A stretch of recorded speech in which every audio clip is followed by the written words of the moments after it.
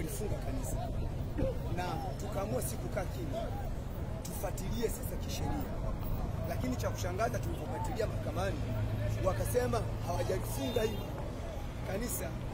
Sasa kama hawajalifunga, hawa walioko hapo maskari ni nini? Basi tukasema Jumapili twende. Tumekuja hapa twende ibadani, tumekutana na maskari wako bado wameweka na utepe. Lakini kimsingi ni uonevu. Na ndio maana tunataka kurudia, tunasema kwamba hivi hatuombi kwa sababu ni haki yetu sisi kuabudu. Hatujaiba, hatujaua.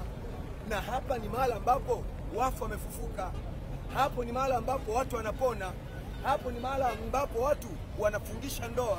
Na ndio maana hata serikali inatoa leseni za kufungisha ndoa. Sio kama unanielewa. Ndio maana hata serikali inatoa leseni za kufungisha ndoa. Hebu jaribu kuwaza. Sasa hivi hapa ndoa zitarajiwa kufunga. Leo ni Jumapili ya pili. Hakuna nini kinachoendelea. Wanajisikiaje watu? Ndio maana sisi tunaiomba serikali. Serikali ambayo inaongozwa na Chama cha Mapinduzi.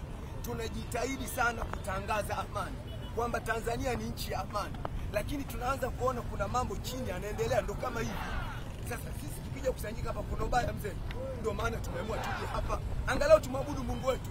Wale malaika wazamu watasema bana, mimi Denisi nimeshiriki ibada Jumapili ya leo. Asante sana.